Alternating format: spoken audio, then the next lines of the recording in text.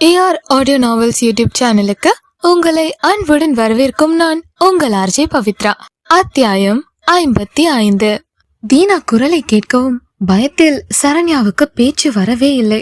அம்மா போன் எப்படி தீனாவிடம் என்று நினைத்தவள், ஹலோ, இது என்னோட அம்மா போன், உங்ககிட்ட எப்படி என்று திக்கி திணறி கேட்டாள் சரண்யா.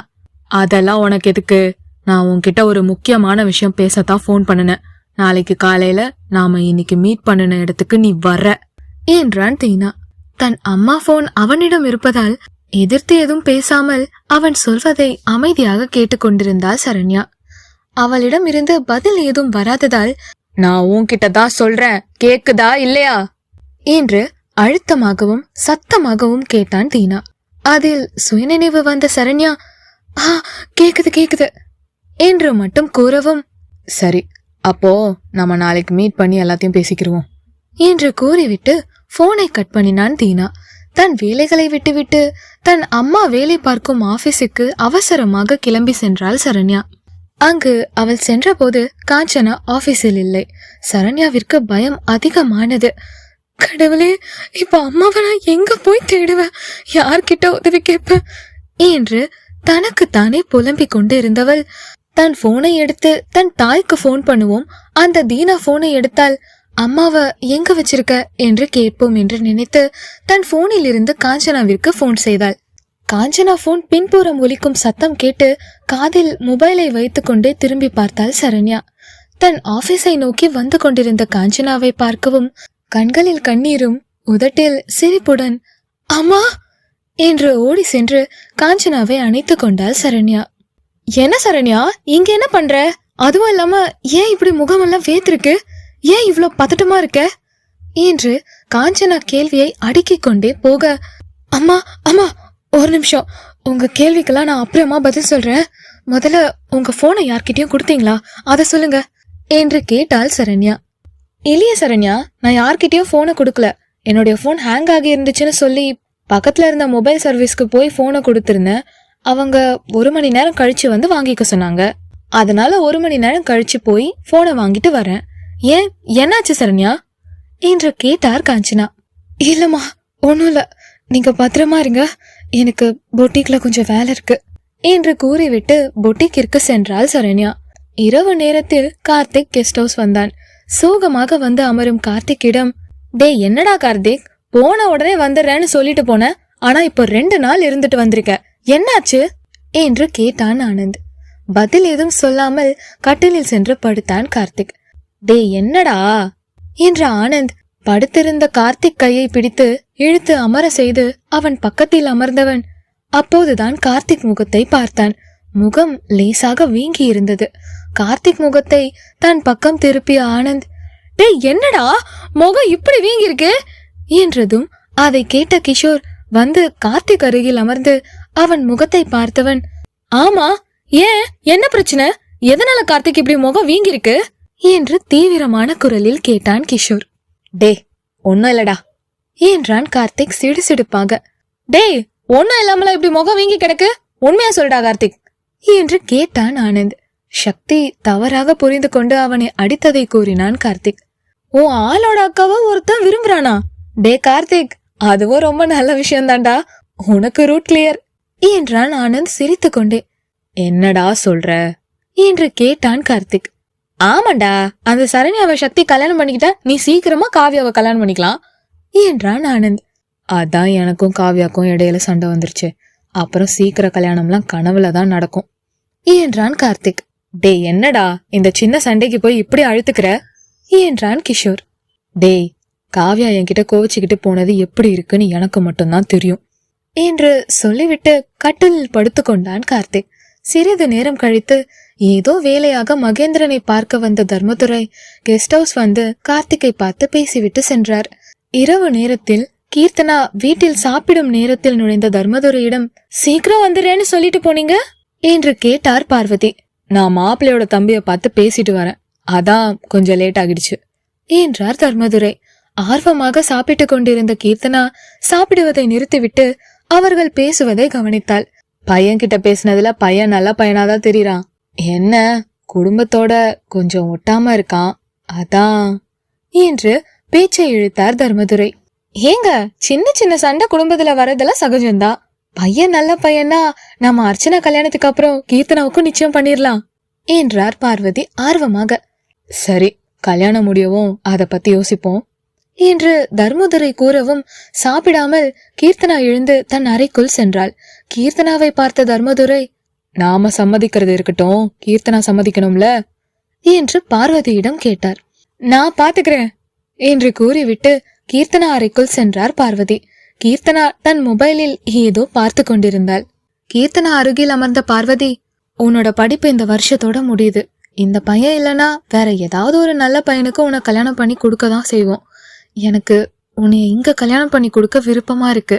இதுக்கு மேல உன்னோட விருப்பம் என்றார். கீர்த்தனா எதுவும் சொல்லவில்லை. தலை குனிந்தே இருந்தாள். ஒரு பெருமூச்சு விட்டவர், நீ கொஞ்சம் டைம் எடுத்து யோசிச்சுக்கோ என்று கூறிவிட்டு அங்கிருந்து சென்றார் பார்வதி.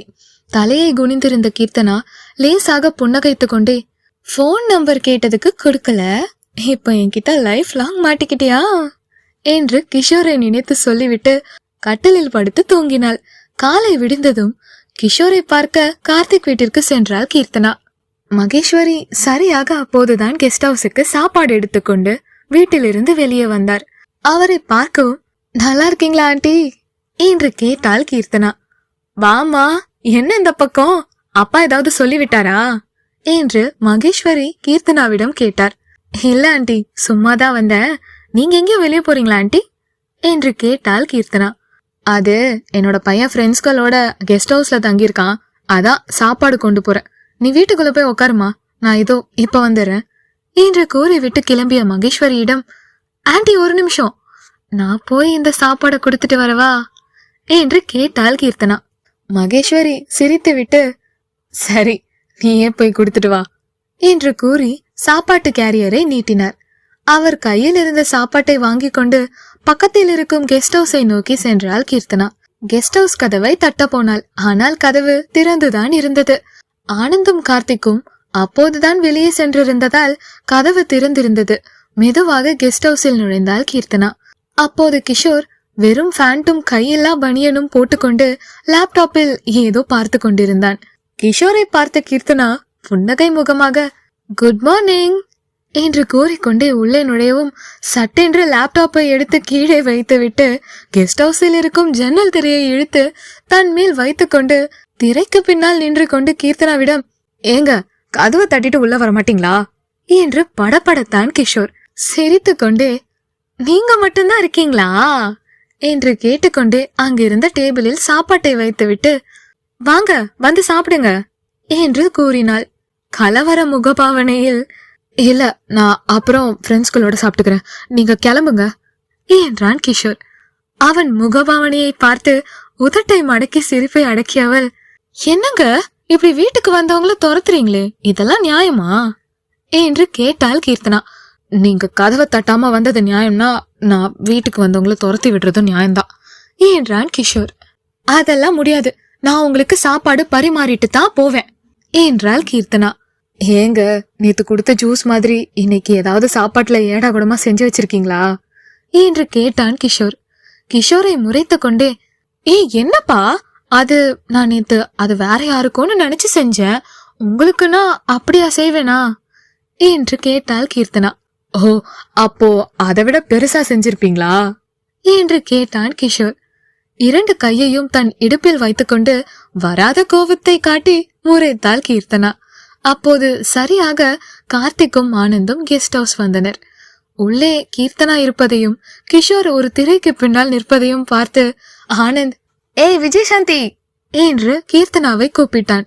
கீர்த்தனா ஆனந்தை பார்த்ததும், அப்போ விஜயசாந்தியாவே மாறிடவா என்று கையை முறுக்கி கொண்டு கேட்டாள் கீர்த்தனா. வேணா சிஸ்டர், நான் சும்மா கலாய்ச்சேன், நம்ம சிஸ்டர் நாம கலாய்க்காம வேற யாரு கலாய்ப்பாங்க என்று கூறினான். பிரதருங்கிறதுனால விடுறேன் என்றாள் கீர்த்தனா சிரித்து கொண்டே. அப்பாடா தப்புச்சேன் என்று தன் நெஞ்சில் கை வைத்து தனக்கு தானே சொல்லிக் கொண்டான் ஆனந்த். கார்த்திக் புரியாமல் பார்த்து கொண்டிருப்பதை கவனித்த கிஷோர், டே கார்த்திக், நம்ம அர்ச்சனா உன்னையோட தங்கச்சி கீர்த்தனாடா என்றான் கிஷோர். ஓ ஹாய் என்று கூறினான் கார்த்திக். பதிலுக்கு கீர்த்தனா ஹலோ என்று கூறி அவள், சரி சரி எல்லாரும் வாங்க, நான் உங்க எல்லாருக்கும் சாப்பாடு பரிமாறுறேன் என்றாள் கீர்த்தனா. இல்ல பரவாயில்ல, நாங்க சாப்பிட நேரம் ஆகும் என்று கூறினான் கார்த்திக். சரி, அப்ப நானும் உங்க கூட ஏதாவது அரட்டடிச்சிட்டு இருக்கேன், நீங்க சாப்பிடும்போது சாப்பாடு பரிமாறிட்டு பாத்திரத்தை எடுத்துட்டு போறேன் என்றாள் கீர்த்தனா. டேய், இன்னைக்கு ஒரு நாளைக்கு சீக்கிரம் சாப்பிடுவோம் வாங்கடா என்று கூறினான் ஆனந்த். சரி, நீங்க சாப்பாடு எடுத்து வைங்க, நாங்க ஹேண்ட் வாஷ் பண்ணிட்டு வரோம் என்று கார்த்திக் கூறிவிட்டு சென்றான். ஆனந்தும் அவனுடன் சென்றான். டேய் டேய், எனக்கு அந்த ஷர்ட் எடுத்து கொடுத்துட்டு போங்கடா என்று கத்தினான் கிஷோர். ஆனால் இருவரும் கவனிக்கவில்லை. கீர்த்தனா அங்கிருந்த கிஷோர் சட்டை எடுத்து கிஷோரிடம் கொடுத்தாள். கிஷோர் வாங்க போனான். கையை பின்னால் இழுத்தாள். இப்படியே கிஷோரிடம் விளையாடி கொண்டிருந்தாள். கை கழுவி விட்டு வந்த ஆனந்தும் கார்த்திக்கும் என்னடா நடக்குது என்று இருவரையும் பார்த்து கொண்டிருந்தனர். அவர்கள் வந்தது கூட தெரியாமல் கீர்த்தனா விளையாடி கொண்டிருந்தாள். ஆனந்த் கீர்த்தனாவிடம், சிஸ்டர், சாப்பாடு இன்னைக்கு பரிமாறிடுவீங்களா இல்லைன்னா நாளைக்கு பரிமாறுவீங்களா என்று கேட்டான். ஓ சாரி பிரதர் என்றவள் கிஷோருக்கு சட்டை கொடுத்துவிட்டு டைனிங் டேபிளுக்கு வந்து அவர்களுக்கு தட்டையை எடுத்து வைத்துவிட்டு கிஷோர் வரும் வரை சாப்பாடு பரிமாறாமல் இருந்தாள். வெறும் தட்டையை பார்த்த ஆனந்த், ஏன் சிஸ்டர், இந்த தட்டையை தான் சாப்பிடணுமா என்று கேட்டான். ஐயோ, நான் கவனிக்கவே இல்லை என்று கூறிவிட்டு சாப்பாட்டை திறந்தவள் பார்வை கிஷோர் வரும் பாதையை நோக்கிதான் இருந்தது. கிஷோர் கை கழுவி விட்டு வரவும் அவனுக்கு ஒரு தட்டையை எடுத்து வைத்து முதலில் அவனுக்கு சாப்பாடு எடுத்து வைத்தாள். நிறைய சாப்பாடு கிஷோர் தட்டையிலே வைத்தாள். சிஸ்டர், நாங்க ரொம்ப நேரமா வெறும் தட்டையோட உட்காந்துருக்கோம், அங்க வச்சது போக ஏதாவது மிச்சம் இருந்தா எங்களுக்கும் வைங்க என்றான் ஆனந்த். ஐயோ சாரி சாரி என்று கூறி கார்த்திக்கிற்கும் ஆனந்திற்கும் சாப்பாடு எடுத்து வைத்தாள். பின்பு மற்ற பதார்த்தங்களையும் கிஷோருக்கே வைத்துக் கொண்டிருந்தாள். கிஷோர் போதும் போதும் என்று சொல்லிக் கொண்டே இருந்தான். ஆனால் அவன் சொல்வதை கேட்காமல் சாப்பாட்டை அவனுக்கு வைத்துக் கொண்டிருந்தாள். அதை கவனித்த ஆனந்த் பக்கத்தில் சாப்பிட்டு கொண்டிருக்கும் கார்த்திக்கை தன் முன்னங்கையால் லேசாக இடித்தான். அவன் என்னடா என்று லேசாக தலை மட்டும் அசைத்து கேட்டான். கிஷோரையும் கீர்த்தனாவையும் கண்களால் காட்டி, இந்த 2 பேருக்குள்ளேயும் ஏதோ ஓடுது என்றான். டேய், சும்மா வளராதடா என்று லேசாக முணுமுணுத்து விட்டு சாப்பிட ஆரம்பித்தான் கார்த்திக். அனைவரும் சாப்பிட்டு முடித்த பின் பாத்திரங்களை எடுத்துக்கொண்டு அங்கிருந்து சென்றாள் கீர்த்தனா. இரவு நேரத்தில் சரண்யா ஸ்கூட்டியை சரி செய்து ஒரு மெக்கானிக் சரண்யா வீட்டுக்கு வந்து கொடுத்தார். காலையில் சரண்யா சக்தி ஆபீஸுக்கு செல்வதற்கு தன் ஸ்கூட்டியை எடுக்க வந்தாள். தீனா நேற்று இந்த ஸ்கூட்டியை வச்சுதான் உன்னை அடையாளம் கண்டுபிடிச்சேன் என்று கூறியதும், இன்று சிக்னல்ல மீட் பண்ணுவோம் என்று கூறியதும் சரண்யாவிற்கு நினைவு வந்தது. இல்ல, இன்னைக்கு பஸ்லயே போவோம் என்று நினைத்தவள் பஸ் ஸ்டாப்பிற்கு வந்து நின்று கொண்டிருந்தாள். அந்த நேரம் ஒரு 2 ஜீப் அந்த பக்கம் செல்லவும் சரண்யாவுக்கு தீனா ஞாபகம் வந்தது. பஸ்ஸுக்காக வெயிட் பண்ண வேணாம், ஆட்டோலையாவது போவோம் என்று நினைத்து ஆட்டோ ஏதும் வருகிறதா என்று ரோட்டை பார்த்தாள் சரண்யா. சரியாக சக்தி கார் பஸ் ஸ்டாப்பிற்கு வந்தது. சரண்யாவை பார்க்கவும் சக்தி காரை நிறுத்தி தன் காரில் இருந்து இறங்கி சரண்யா பக்கத்தில் வந்து, என்ன மிஸ் சரண்யா, நேத்து அந்த மெக்கானிக் உங்க ஸ்கூட்டியை சரி பண்ணி வீட்டுக்கு கொண்டு வந்து தரலையா? இங்க பஸ் ஸ்டாப்ல நிக்கிறீங்க என்று கேட்டான் சக்தி. ஸ்கூட்டியா? அது அடிக்கடி வீணா போய்கிட்டே இருக்கு சக்தி சார், அதான் பஸ்லயே போகலாம்னு இங்க வந்து பஸ் ஸ்டாப்ல நிக்கிறேன். சரி, நீங்க எங்க இந்த பக்கம் என்று கேட்டாள் சரண்யா. இல்ல, சின்ன வேலை இருந்துச்சு அதான் என்று கூறிவிட்டு சரண்யாவை தன்னுடன் கூப்பிட நினைத்தவன், எப்படியும் சரண்யா வரலன்னு தான் சொல்லுவாங்க, எதுக்கு கேட்டு சங்கடப்படுத்தணும் என்று நினைத்து பஸ் வரும் வரை தானும் சரண்யாவுடன் பேசிவிட்டு செல்வோம் என்று நினைத்து ஏதேதோ பேசிக் கொண்டிருந்தான். அப்போது பஸ் ஸ்டாப்பிற்கு எதிரே இருக்கும் ஒரு ரோட்டில் தீனா ஜீப் நின்று கொண்டிருக்க எதிரே வந்த வேறு ஒரு ரவுடி தீனாவுடன் பேசிக் கொண்டிருந்தான். அதை பார்த்த சரண்யா பயத்தில் சக்தியிடம், நீங்க ஆபீஸ் தானே போறீங்க என்று கேட்டாள். ஆமா என்றான். அப்படின்னா என்னையும் உங்க கூட கூட்டிகிட்டு போறீங்களா என்று கேட்டாள். ஆச்சரியத்தில் சக்தி விழி விரிந்தது. என்ன சொன்னீங்க, திரும்ப சொல்லுங்க என்று கேட்டான். இல்ல சக்தி சார், நானும் உங்க கூட ஒன்னா வரவா என்று கேட்டாள். புன்னகைத்து கொண்டே, யா ஷியோர் என்று கூறிய சக்தி வேகமாக சென்று காரின் பின்புற கதவை திறந்தான். அதை கவனிக்காமல் சரண்யா எதிரில் உள்ள ரோட்டை பார்த்து கொண்டே இருந்தாள். தீனா இந்த பக்கம் லேசாக திரும்பினான். அதை கவனித்த சரண்யா வேகமாக சென்று டிரைவர் சீட்டுக்கு பக்கத்து சீட்டின் கதவை திறந்து அமர்ந்தாள். அதை பார்த்த சக்தி புன்னகைத்து கொண்டே பின் இருக்கை கதவை அடைத்துவிட்டு தன் டிரைவர் சீட்டில் வந்து அமர்ந்து காரை ஸ்டார்ட் செய்து கிளம்பினான். தன் ஜீப்பில் இருந்து கீழே இறங்கி யாருடனோ பேசிக் கொண்டிருந்த தீனா சரண்யா சக்தியுடன் செல்வதை பார்த்து அந்த காரின் பின்னால் ஏய் என்று கத்திக்கொண்டு கொஞ்ச தூரம் ஓடியவன் மீண்டும் வந்து தன் ஜீப்பில் ஏறி அவர்களை ஃபாலோ செய்வதற்கு எங்கு சென்றார்கள் என்று பார்த்தான். அதற்குள் சக்தி கார் ரோட்டை கடந்து விட்டது. சக்தி கார் எங்கு சென்றது என்று தெரியாததால் ஜீப்பில் ஸ்டியரிங்கில் ஒரு குத்து குத்தினான் தீனா. தீனாவை கடந்து வந்தது சரண்யாவிற்கு நிம்மதியாக இருந்தது. உண்மையிலேயே ஃபியூச்சர் ஹஸ்பண்ட பத்தியும் லவ் பத்தியும் எதுவும் யோசிக்கலையா என்று சரண்யாவிடம் கேட்டான் சக்தி. சரண்யா கவனிக்காமல் வெளியே வேடிக்கை பார்த்து கொண்டு வந்தவள் சக்திபுரம் திரும்பி என்ன கேட்டீங்க என்று சக்தியிடம் மறுபடியும் கேட்டாள். இல்ல, உண்மையிலேயே உங்க ஃபியூச்சர் ஹஸ்பண்ட பத்தி எதுவும் யோசிக்கலையா என்று கேட்டான் சக்தி. யோசிக்கலன்னு சொல்ல முடியாது, ஆனா நான் எல்லார்கிட்டயும் எதிர்பார்க்கறது தான். ஸ்கூல் டீச்சர், பக்கத்து வீட்டுக்காரவங்க, அம்மா, தம்பி, தங்கச்சி எல்லாருமே என்கிட்ட ஃப்ரெண்ட்லியா இருக்கணும்னு எதிர்பார்ப்பேன். அந்த மாதிரி ஃப்ரெண்ட்லியா என்கிட்ட பழகுற ஒரு பர்சன் ஹஸ்பண்டா இருக்கணும்னு ஆசை இருக்கு என்றாள் சரண்யா. அப்போ ஃப்ரெண்ட்லியா இருக்கிறது சரண்யாவுக்கு பிடிச்சிருக்கு என்று சக்தி நினைத்து கொண்டிருக்கும் போதே சரண்யா சக்தியிடம் நீங்க உங்க ஃபியூச்சர் வைஃப் பத்தி என்ன கற்பனை பண்ணி வச்சிருக்கீங்க என்று கேட்டாள். அது கொஞ்சம் டிஃப்ரெண்டா இருக்கும் என்றான் சக்தி. டிஃப்ரெண்டாவா? அப்ப நான் கண்டிப்பா தெரிஞ்சுக்கணும், சொல்லுங்க சொல்லுங்க என்று பேச்சில் ஆர்வத்தை கூட்டி கேட்டாள் சரண்யா.